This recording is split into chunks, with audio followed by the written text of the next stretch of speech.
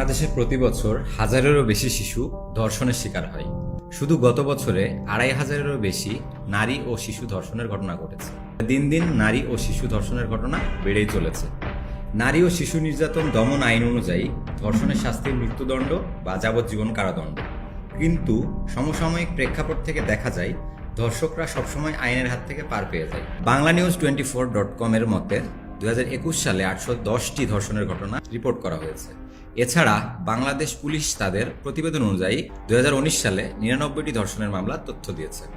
বাংলাদেশ মহিলা পরিষদের তথ্য মতে ২০২২ সালেই শুধুমাত্র ৯৮৭টি ধর্ষণের ঘটনা ঘটেছে, যা সত্যিই উদ্বেগজনক।